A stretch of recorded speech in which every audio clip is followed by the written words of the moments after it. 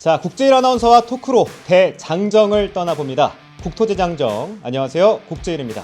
요즘처럼 경제 뉴스가 뜨거운 때가 없는 것 같습니다. 코스피 5000 시대, 관세 협상, 이 주목할 이슈들이 넘쳐나고 있죠. 경제에 관심이 없다가도 부랴부랴 공부하시는 분들 계실 텐데요. 미리 알았으면 좋았을 걸 하는 경제 지식을 아이들이 알기 쉽게 초등학교에서 가르치시는 분이 있다고 합니다.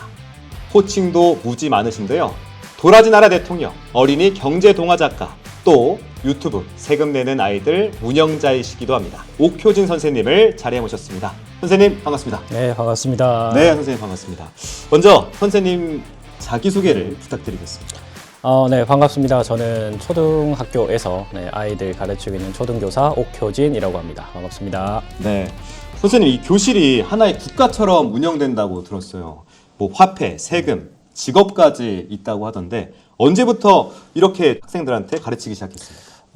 제가 이걸 해봐야 되겠다고 마음먹은 건 2018년도였고요. 네, 그래서 그때 준비를 좀 해서 2019년도에 만났던 6학년 아이들하고 처음 시작을 했습니다. 네, 그러면 나라라고 하면 3권 분립이 되어 있습니다. 제가 정부도 세웠고요. 제가 대통령인 아이들을 국회의원으로 만들어서 입법부도 세웠는데 사실 초등학교에서 사법부 이제 재판을 하고 판결을 내리고 처벌을 하고 이런 것들은 조금 도입을 하기가 어려워서 3권까지는 아니고 2권 분립이 이루어져 있습니다. 그렇군요. 뭐 그렇다 보니까 돈이 생기기도 하고 또 권력이 생길 것 같기도 한데 출세욕이 강한 친구들도 있나요? 출세욕이라기보다는 사실 저희 이제 나라에서는 도라지 나라에서는 이제 대통령이 선출직이 아니라 약간 당연직처럼 선생님이시죠? 제가 항상 맡기 때문에 뭐 출세를 하고 싶더라도 그런 출세할 수 있는 길이 좀 닫혀 있는 좀 어떻게 보면 제가 권력을 좀 많이 가지고 있는 나라라고 봐주시면 될 것 같아요. 근데 유튜브 영상을 보니까 아이들마다 이제 소지하고 있는 벌 수 있는 돈이 조금씩 다르더라고요. 그러면 돈이 생기면 권력이 좀 생기지 않습니까? 돈으로 뭔가 아이들을 고용하거나 이럴 수 있는 또 제도는 없어요. 그러다 보니까 돈이 많다고 해서 그렇구나. 교실에서 뭐 권력이 많다 이렇게 보기는 어려운 것 같아요. 선생님께서 이 나라의 대통령이시잖아요. 혹시 제가 대통령 하겠습니다 라고 하는 친구는 없습니까? 그런 친구는 없었는데 그 3, 4년 전에 함께 했던 아이들이 제가 그때도 당연히 내가 대통령을 하겠다 했더니 아이들이 교과서에서 배운 민주주의를 배우고 저한테 와서는 선생님은 왜 아무도 안 시켜줬는데 대통령을 계속하냐. 그래서 그때는 제가 한번 하야를 했던 적이 있어요. 그래요? 하야를 하셨었어요? 네, 하야를 하고 이제 표를 가장 많이 받은 반장이 된 친구가 대통령을 맡고 저는 이제 반장한테 조금 사주를 해서 국무총리로 임명받아가지고 같이 정부를 꾸려갔습니다. 되게 재밌네요. 3, 4년 전의 아이들이라면 이제 뭐 고등학생이 됐거나 뭐 중학교 2, 3학년 요 정도 될 친구들일 것 같아요. 그 친구들한테는 또 새로운 경험이지 않았나 또 생각이 듭니다. 새로운 반을 맡으실 때마다 나라 이름도 바뀐다고 들었거든요. 지금은 어떤 나라를 운영하고 계시죠? 올해 나라 이름은 도라지 나라였고요. 나라 이름의 뜻은 도란도란 모여 라디오처럼 즐겁고 지혜로운 아이들, 요걸 줄여서 아이들이 도라지 나라라고 지어줬습니다. 가운데의 글자 라가 마음에 드는데 근데 아이들이 라디오를 압니까? 저도 깜짝 놀랐어요. 그래서 어떻게 이 라디오란 내용을 생각을 했냐 하니까 도라지를 일단 정해놓고 라에 들어갈 수 있는 단어들을 찾다 보니까 뭔가 저희 반이 좀 왁자지껄한 분위기가 있어서 라디오 그래도 어렴풋이 뜻은 아는 것 같더라고요. 그러니까 나라 이름도 선생님이 지으시는 게 아니라 아이들이 만드는 거군요. 네, 아이들이 제안해 준 것 중에 투표로 정하고 저도 한 표를 행사하고요. 또 나라에 다양한 직업이 있다고 들었는데 또 어떤 직업들을 갖고 있나요, 아이들은? 교실에서 만든 직업이다 보니까 엄청 특별한 건 없고요. 그래서 기본적으로 이제 청소하는 환경미화원 친구들, 그리고 뭐 환기 담당하는 기상청장 이런 친구도 있고요. 뭐 분리수거 담당하는 친구들, 아니면 교실에서 급식을 할 때 급식을 이제 배식하고 정리하는 친구들, 이렇게 교실에서 원래 1인 1역할이란 이름으로 아이들이 하던 그런 것들을 좀 직업화 시켜서 운영을 하고 있어요. 그렇네요. 저도 예전에 초등학생 때 배식 당번일 때는 다교시 끝나고 배식차를 가지러 갔었거든요. 네, 맞아요. 그런 거랑 똑같은 개념이에요. 그럼 아이들이 조금 선호하는 직업도 있을 것 같은데. 아무래도 이제 월급을 많이 주는 직업을 선호하더라고요. 네. 그래서 환경미화원 같은 경우는 매일 남아서 청소를 해야 되다 보니까 시간도 좀 많이 들고 힘들기도 한데 그래도 이제 지원을 가장 많이 하는 또 아이들이 이제 선생님 심부름하는 걸 굉장히 좋아해요. 네, 올해 4학년 아이들이니까 더 그런데 그래서 우체부 같은 직업들 또 네, 많이 선호하더라고요. 확실히 힘들수록 월급이 셉니까? 네, 좀 월급이 높은 직업들은 하는 횟수가 많거나 하는 시간이 길거나 업무 강도가 좀 높은 직업들을 월급을 좀 많이 주고 있어요. 좀 재미있는 직업들은 없습니까? 원래 교실에는 없지만 이 경제 활동을 하다 보니까 뭐 아이들의 저축 관리하는 은행원 이런 직업도 있고요. 그리고 세금 관리하는 국세청장 이런 직업들 그리고 애들이 뭐 식물 키우는 농부도 만들자 해서 농부 같은 직업도 농부도 있어요? 만들었던 적이 있어요. 아니 그리고 채용 절차도 따로 있다고 들었는데 2차로 네, 결정을 하고요. 네, 1차는 서류 전형입니다. 서류 전형이 네. 있어요? 그래서 이제 직업에서 요구하는 자격 조건들이 있어요. 예. 뭐 은행원 같은 경우는 수학 관련된 자격증이 있어야 된다. 이런 자격증들이 있어서 1차에서는 그 기준을 통과해야 2차로 갈 수 있고요. 네. 네, 2차는 사실 면접을 봐야 되는데 네. 저희 반은 한 달에 한 번씩 바꿔요, 직업을. 그러다 보니까 면접을 매번 하긴 힘들어서 가위바위보로 네, 결정을 하고 있습니다. 만약에 실직자가 발생하면 어떡합니까? 그 친구는 한 달 동안 직업이 없이 네. 네, 지내는 거죠. 네. 그러면 돈을 못 벌잖아요. 네, 길은 열려 있어요. 첫 번째는 직업을 만들 수가 있어요. 저희 반에서 언제든 너희가 교실에 만들 만한 직업을 제안해 달라. 그래서 만들 수 있는 직업이면 만들 거고 제안한 사람이 우선 그 직업을 가진다 얘기를 해놔서 직업이 없어지면 어떤 직업을 또 만들 수 있을까 고민을 하기도 하고요. 네. 아니면 가게를 열기도 하죠. 네, 이제 가게를 열어요? 네, 근로소득이 아니라 사업소득을 얻기 위해서 네, 장사를 시작하는 아이들도 있어요. 제가 봤던 영상 중에는 손 소독기인가요? 네. 그거가 생기면서 실직한 아이가 있더라고요. 그러면서 선생님 전 실직했어요 하면서 약간 뭐 우울감이라고 네. 해야 될까요? 슬퍼하는 아이가 있던데. 네네네.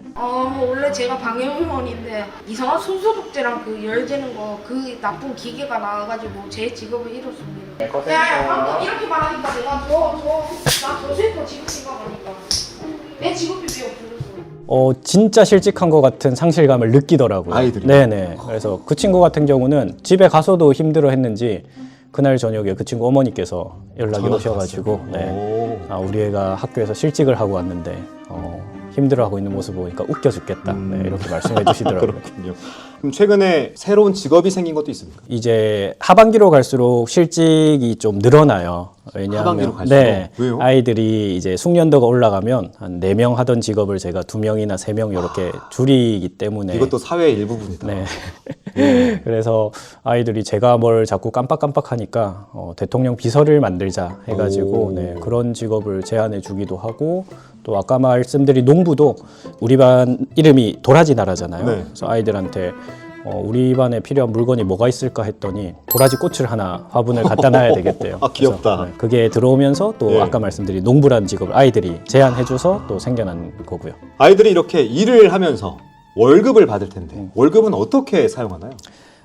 저희 반에서 쓸 수 있는 곳은 일단 과자, 네, 가장 많이 사용하고요. 그래서 적은 금액으로 살 수 있는 뭐 사탕도 있고, 뭐 초코 과자, 또 쿠폰이 있어요. 쿠폰. 네, 급식 먼저 먹기 쿠폰.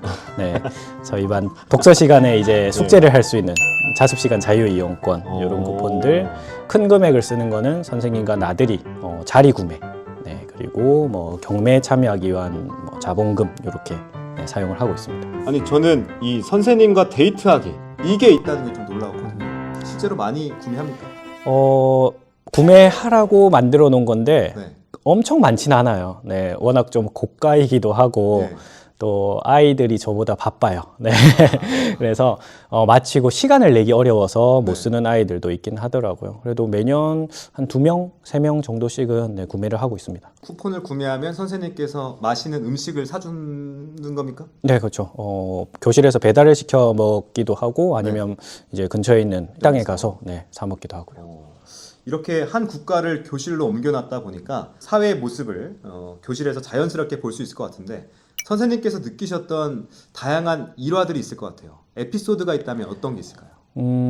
한 번은 그 코로나가 한창일 때 재난지원금을 주게 된 적이 있어요. 재난지원금이요? 네. 그러니까 아이들이 코로나가 한창이라서 네. 이제 직업 활동을 할 수가 없는 거예요. 다 앉혀놓고 해야 되니까 대부분 한 절반 정도가 실직 상태여서 월급을 못 받았거든요. 근데 이제 공과금을 내야 되는 거예요. 전기요금이나 이런 걸. 그래서 애들이 항의를 하더라고요. 돈을 벌어본 적도 없는데 네. 어떻게 이걸 내느냐. 그래서 그래도 내야 될 건 내야 된다 했더니 뉴스를 많이 본 친구가 봐요. 손을 들고 그러면 선생님 저희도 재난지원금을 주세요. 네, 이렇게 얘기를 해서 재난지원금 세금으로 줘야 되는데 거둔 세금도 없다 했더니 그 친구가 또 손을 들고 그러면 국채를 발행해요 라고 와.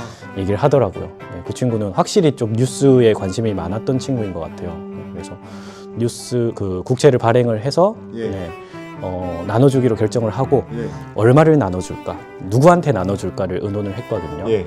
일단 얼마를 나눠줄까는 처음엔 계속 올라가더라고요. 100미소, 저희 반 화폐 단위가 미소인데 100미소, 뭐 200미소 경매하듯이 올라갔는데 아이들이 이제 아는 거죠. 나라에서 빚을 내서 주는 거니까 어차피 우리의 세금으로 나중에 채워 넣어야 되는 거다. 그래서 한 100에서 200미소 정도로 네, 금액은 결정을 하고 네. 누구한테 줄까를 의논하는데 세 가지 의견이 나왔어요. 첫 번째는 전부 다 주자. 두 번째는 직업이 없는 친구들한테만 주자. 세 번째는 저희 반 반장 부반장이 공무원이거든요. 그래서 공무원 빼고 주자. 네. 이렇게 세 가지 안건이 나와서 결국 토의 끝에 전부 다 주는 걸로 네, 결정을 해서 그렇게 재난지원금을 네, 지급해 본 적도 있습니다. 야, 이게 진짜 우리나라 사회랑 똑같잖아요. 우리나라도 결국 다 좋지 않습니까? 물론 뭐 몇 %까지는 못 받는 경우도 있었지만 결국 일정 금액을 다 받은 경우가 있었는데 고스란히 사회 모습을 교실로 옮겨놨다라고 생각하면 좋겠습니다. 네, 제가 옮기려고 한 건 아닌데 네. 자연스럽게 교실에 그런 상황들이 네, 생겨나더라고요. 그래서 교실을 작은 사회라고 이야기를 종종 하는데 그걸 네. 좀 피부로 많이 느낀 것 같아요. 이 활동을 이게 하면서. 진짜 교육인 것 같아요. 저는 이런 교육을 받아본 적이 없어서 제가 초등학생 때 국채라는 단어를 써본 적이 없는 것 같거든요. 아니, 없는 것 같다가 아니라 없어요. 네. 근데 그 친구는 국채를 달라 뭐 이렇게 했으니까 진짜 대단한 것 같고, 또 선생님께서 운영하시는 유튜브 채널도 있지 않습니까? 네네. 일명 이제 세금 내는 아이들 영상 중에 수학 숙제 리볼빙이라는 영상이 있더라고요. 네. 너희 오늘까지 숙제 100문제 풀었어야 되잖아. 오늘 너희 100문제 안 푼 거 중에 10분의 1, 그러니까 10%, 100문제 중에 10%니까 10문제만 풀고 가면 나머지 90문제는 다음 주까지 풀게 해줄게. 지금까지 안 푼 문제가 771문제네. 영상을 보니까 이제 이게 점점 쌓이는 거잖아요. 네. 이렇게 하다 보면 아이들이 실제로 체감할 수 있는 경제 용어들, 또 경제 상식들이 많이 늘 것 같은데 어떻게 보십니까? 현장에서. 제가 목표하는 것도 지금 당장 모든 경제 개념이나 제가 알려주는 거를 다 이해하고 뭐 기억하고 요거보다는 지금 맛보기로 한번 경험해두면 나중에 어른이 돼서 실제로 맞닥뜨렸을 때 하고 떠올랐으면 좋겠다라는 그렇지. 생각을 갖고 있어요. 근데 이제 사회초년생들이 좀 조심했으면 싶은 게 개념도 모르고 이용하는 리볼빙이더라고요. 저희 반에서 아이들이 해와야 되는 숙제를 좀 미루는 그런 모습들이 카드값을 미루는 이 모습과 연결이 돼서 그러면 숙제를 미뤘을 때 리볼빙처럼 한 90%는 밀어주고 연체 없이 뭐 혼도 내지 않고 거기에 이자를 붙여나가는 한 수학 숙제 리볼빙을 해보면 좋겠다 싶어가지고 네, 그렇게 영상을 제작했어요. 이게 초등학생을 위한 영상만은 아닌 것 같아요. 왜냐하면 제가 보면서 나도 그러면 안 되지 라고 저도 반성을 했거든요. 여러분 꼭 유튜브에 찾아가셔가지고 한번 보시면 이 경제 용어들이 쉽게 이해가 되니까 한번 찾아보셨으면 좋겠고, 또 세금 횡령 실험도 하셨더라고요. 네.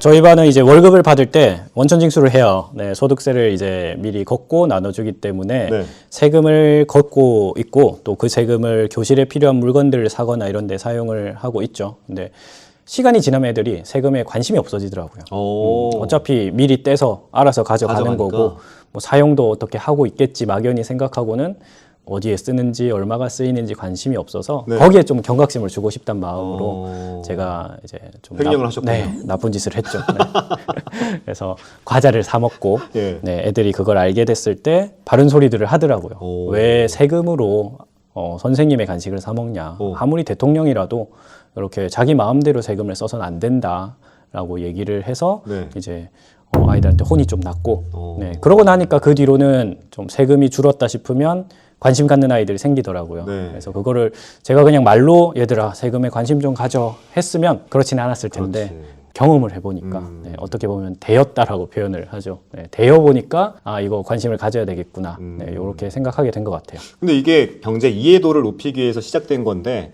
결국 정치랑도 연관이 되어 있는 것 같아요. 그렇죠. 네, 뭐 경제 활동이 위주긴 하지만 예. 아까 말씀드린 뭐 정부, 국회, 그 다음에 국민의 관심, 네, 정치의 관심 이런 것들이 또 교과서에 나오는 내용들이에요. 6학년 네. 교과서에. 그래서 학교에서 배우는 것들을 교과서에서만 배우는 게 아니라 이렇게 좀 생활 속에서 그렇지. 자연스럽게 배웠으면 하는 마음에 그런 정치적인 내용들도 좀 담겨 있는 것 같긴 해요. 제가 오프닝에서도 잠깐 소개했는데 요즘 가장 큰 이슈가 이 트럼프 대통령의 관세 아니겠습니까? 또 관세와 관련된 에피소드도 있던데요. 우리 교실 밖에서 들여오는 모든 물건에 관세를 지금부터 매길 거야. 지금부터 관세를 매길 거야. 몇 퍼센트 매길 거냐? 몇 퍼센트?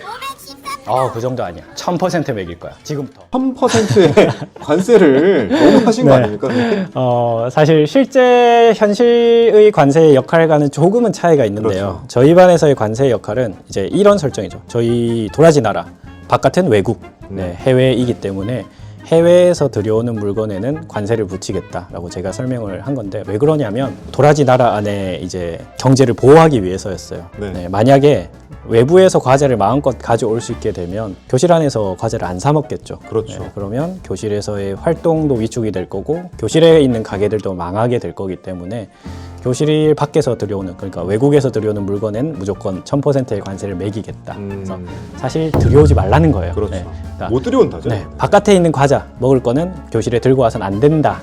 요 규칙을 그냥 관세에 좀 접목을 시켜가지고 애들한테 설명을 해준 거죠. 그래서 좀 효과를 봤습니까? 네, 들고 올 엄두를 내는 친구들은 네, 못 없습니다. 봤습니까? 네. 당연히 이걸 1000% 관세면 못 갖고 오죠. 그렇죠? 네, 면제를 해주는 경우가 있거든요. 공식적으로 이제 잡힌 과자 파티. 요때는 뭐 면제를 해주기도 하고 또 애들이 전담 시간에 이제 전담 선생님께서 주신 사탕이나 초콜릿 이런 거를 외부에서 들고 올 때가 있어요. 네, 그거 같은 경우는 저한테 미리 신고만 하면 네, 뭐 관세는 면제해주고 있습니다. 그렇군요. 또 교실에서 투자랑 보험 개념도 가르치신다고 들었습니다. 주식 투자를 위해서 재무제표, 네. 또 주식시장 뉴스도 직접 만드신다고 들었는데 선생님께서도 뭐 주식 공부가 저절로 되실 것 같아요. 최근 몇 년 동안 제일 재밌게 한 활동인 것 같아요. 네, 저도 이제 주식에 관심을 갖고 있는데 아이들한테 실제 현실의 주식을 알려주기는 너무 어렵거든요. 네. 네, 어른들도 이제 물려 있잖아요. 맞아요. 네. 물려있다는 표현이 딱 정확해요. 네. 어른도 그러니까 선생님도 분석을 잘못하고 이해를 잘 못해가지고 실수를 하고 실패를 하는 게 또 주식인데 그걸 아이들한테 막연히 이제 던져주고는 너희가 해봐 하는 건 좀 무책임한 것 같아서 저는 그냥 교실에 주식회사를 세웠어요. 그러니까 아이들이 만드는 그런 가게들을 다 주식회사로 네, 만들어가지고 스스로 주식을 발행하고 주식을 거래하기도 하면서 이제 주식의 개념 을 좀 배울 수 있도록 활동을 몇 년간 운영을 했었는데 그 활동을 통해서 아이들이 주식의 가격은 어떻게 정해지고 또 주주의 권리는 무엇이고 네, 이런 것들을 좀 알게 돼서 개인적으로 좀 재밌고 의미가 있었어요. 아이들한테 인기 있는 종목은 뭐예요? 과자 파는 회사죠. 과자 파는 확실히 회사죠. 수요가 과자가 많다 네, 보니까 어쩔 수 없는 것 같습니다. 네. 과자 파는 회사가 거의 뭐 탑에 있겠네요. 그렇죠? 네, 창업을 할 경우에도 대부분 과자 파는 회사를 우선 시작하고요. 그렇군요. 근데 투자 성향도 조금씩 다를 것 같아요. 어때요? 아이들마다 조금씩 다릅니까? 네. 확실히 티가 나요. 아예 주식을 안 한, 투자를 안 하고 저축만 하는 친구도 있고요. 그래요. 좀 공격적으로 투자에 뛰어드는 친구들도 벌써부터? 있고요. 네. 이게 학습도 있지만 확실히 좀 타고나는 것도 있구나를 아이들과 활동하면서 느끼게 되더라고요. 선생님께서는 근데 아이들을 이렇게 지근거리에서 보고 계시잖아요. 네. 그럼 아이들의 일상적인 생활 모습과 투자 성향도 비슷합니까? 좀 비슷합니다. 비슷해요? 네. 좀 활동적이고 네. 활발한 아이들이 좀 공격적인 투자를 많이 하더라고요. 그래요? 네, 그리고 좀 조용하고 이제 책 읽기를 좋아하거나 네. 이렇게 좀 어떻게 보면 얌전한 아이들은 저축을 좀 더 선호하는 모습을 보이고 일상생활에서도 모습들이 그대로 연결되는 네, 좀 공통점이 있는 것 같아요. 그렇군요. 네. 어릴 때는 사실 저 같은 경우는 초등학교 입학하기 전에 이제 IMF가 터지면서 약간 저금해야 된다? 은행에다 돈을 맡겨야 된다? 이런 걸 좀 많이 배웠었는데 지금은 뭐 투자에 대한 것들도 많이 언론에 나오기도 하고 아이들도 많이 노출될 것 같아요. 실제로 조금 분위기가 다르다고 느끼십니까?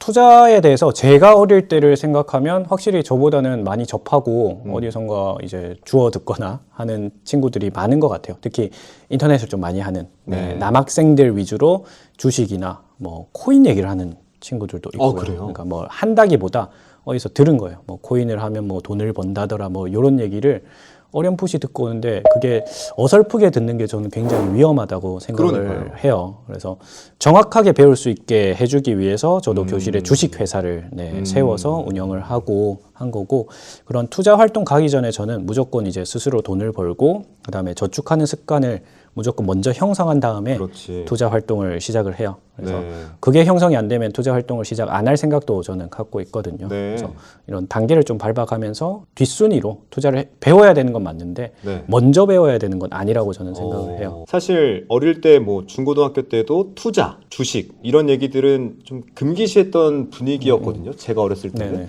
근데 지금은 또 많은 이야기들을 아이들이 듣곤 하니까 아이들에게 이 투자 개념을 좀 반드시 알려줘야겠다 이런 계기도 계셨을 것 같은데. 가장 큰 계기는 저도 역시 이제 자산에서 투자의 비중을 어느 정도 형성을 하게 된 이유가 이제 물가 상승률을 이제 월급의 상승률, 급여 상승이 따라잡지 못하는 상황에서 매우 못 따라잡죠. 해야 되는, 어떻게 보면 필수가 된 시대. 예전 이제 저희 부모님 세대처럼 은행 금리가 20% 30% 할 때는 필수는 아니었지만 네. 지금은 꼭 필요한 시대가 되었다는 생각도 들고요. 또 아이들이 어설프게 듣고 와서 이상하게 그 주식에 대한 개념을 형성을 하더라고요. 네. 주식은 무조건 돈을 벌 수 있다고 생각을 한다거나 뭐 그런 밈같이 용어를 뭐 가자 막 이러고 있어요, 애들이. 그래요. 그런 모습을 보면서 저렇게 두면 안 되겠다. 투자에 대해서 확실한 개념을 먼저 좀 알려줘야 되겠다. 투자가 뭐 돈을 벌 수 있고 말고 이걸 떠나서 그렇게 좀 마음을 먹게 된 것 같아요. 네. 칠판 옆에 게시판에 네. 신용 등급도 있던데 아이들이 신용 등급도 관리합니까? 신용 등급이었다가 이제 대한민국의 등급제도 없어지면서 저희 반도 신용 점수 제도로 변경을 했고요. 초창기에는 칠판에 붙여뒀어요. 근데 그게 부작용이 좀 있어서 칠판에 있는 건 다 떼버리고 개인별로 이제 각자의 신용 점수만 알려주고요. 저희 반의 신용 점수는 약속을 지키는 걸로 산정을 합니다. 그래서 등교 시간에 맞춰서 등교를 했는지 네. 안 했는지, 그다음에 숙제를 제때 냈는지 안 냈는지 그런 이런 것도 다 체크하시는군요. 네, 그걸 체크해서 이제 어떻게 보면 신뢰 점수죠. 네. 신용 점수를 아이들이 각자 자기 점수를 갖고 있어요. 파산한 친구는 없을까? 라는 걱정도 들었거든요. 어떠십니까? 있죠. 네, 있죠. 있어요? 네. 지금 4학년 이제 말을 세상에. 향해 가는데 영인 친구가 있어요. 네. 근데 그 친구는 지금 무척 후회하고 있습니다. 아이고. 근데 저는 그 경험을 지금 한 게 차라리 다행이라는 생각을 해요. 설마 공격적인 친구였나요? 아니요, 소비가 많은 친구였습니다. 돈을 많이 썼구나. 네. 똑같이 벌었는데 지금 영인 친구도 있고 제일 많은 친구는 4천 미소가 넘어요. 와, 진짜. 거기서 이제 본인도 느끼더라고요. 다음에 다시 하면 절대 이렇게 안 할래요라고 야. 얘기를 하는데 저는 그 효과인 것 같아요. 연습의 기회, 베타 테스트를 한번 해보는 거죠. 실전에 나가기 전에. 그래서 그 친구는 내 이전 과거의 선택들이 이런 결과를 낳았구나. 그걸 뼈저리게 느끼고 있기 때문에 좀 달라질 거라고 생각을 합니다. 그 미소라고 하셨잖아요. 네네. 화폐 단위가. 네. 그게 4천 미소라고 하면 우리가 실제 쓰는 돈과 비교했을 때 대략 얼마 정도 됩니까? 정확하게 할 수는 없는데 과자 가격이나 이런 걸 산정했을 때 한 10배 정도 생각하시면 될 것 같아요. 10배? 그래서, 네, 4만 원? 4만 원 정도? 정도로 생각을 하시면 와, 그럼 영원인 친구들은 어떻게 생활합니까? 일을 하고 있고요. 일을 하고 있고 또 저축한 걸 이제 다 까먹은 거죠. 네. 저축해둔 것도 이제 내야 될 거 제가 중도 해지 시켜가지고 급식비나 이런 거 내도록 하고 해서 급식비도 돼요? 네, 급식비도 받습니다. 네. 애들이 낼 돈이 많나? 그렇죠. 돈은 쓰고 싶은 데만 쓰는 게 아니다. 내가 쓰긴 싫지만 필수적으로 이렇게 지출해야 되는 것도 있다는 걸 알려줘야 돼서 급식비도 걷고요. 현장 체험 가면 버스비도 걷고요.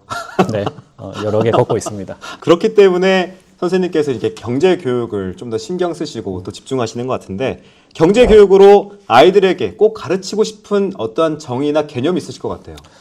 돈은 우리 생활에 꼭 필요한 가치 중에 하나이다라는 걸 가르쳐 주고 싶어요. 근데 돈이 전부다라는 걸 가르쳐 주고 싶은 건 절대 아니거든요. 돈이 최고다를 가르쳐 주고 싶은 것도 아니고, 근데 돈이란 걸 살아가는 데 있어서 무시를 할 수 없기 때문에 우리 삶의 소중한 여러 가지 가치 중에 또 중요한 것 중에 하나가 돈이다. 요걸 좀 알려주고 싶어서 네, 이 활동을 하고 있습니다. 네, 그렇다면 선생님에게 돈은 어떤 의미인가요? 네.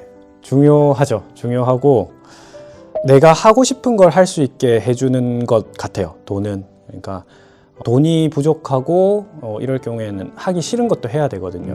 근데 내가 경제적으로 좀 여유가 생긴다면 하기 싫은 것들을 좀 안 할 수 있는, 그러니까 다른 사람에게 아쉬운 소리를 안 해도 되고, 네, 아플 때 돈 걱정을 안 해도 되고, 이런 것들이 좀 삶을 행복하게 하는 하나의 필요 조건이라고 생각을 해요. 돈이 행복의 충분 조건은 아니고 네, 필요 조건이라고 생각을 합니다. 저도 이렇게 똑같이 생각하는데 돈이 있어야 아쉬운 소리를 안 하게 되고 또 하기 싫은 걸 안 할 수 있는 게 결국에는 돈이 있어야 되더라고요. 네. 또 이런 수업 방식에 대해서 부작용을 걱정하시는 시선들도 있을 것 같아요. 그래서 아까 말씀하신 것처럼 이렇게 정확한 룰을 지키고 계시고 또 아직까지 그런 민원은 들어오지 않았다라고 하셨는데 부작용을 없애기 위해서 반드시 하고 계시는 것들이 있다면 어떤 것들인지 소개해 주시죠. 돈이 교실에서 최고의 가치가 돼버리면 안 되거든요. 근데 자칫 잘못하면 애들이 교실에서 돈돈거릴 수가 있어요. 그래서 저는 제일 중요하게 생각하는 원칙은 돈을 무기처럼 쓰진 않아요. 제가 무기라고 말씀드렸는데 칭찬할 때 돈을 안 쓰거든요. 공부를 잘했다고, 점수를 잘 받았다고, 수업 태도가 좋았다고 돈을 주는 일은 없어요.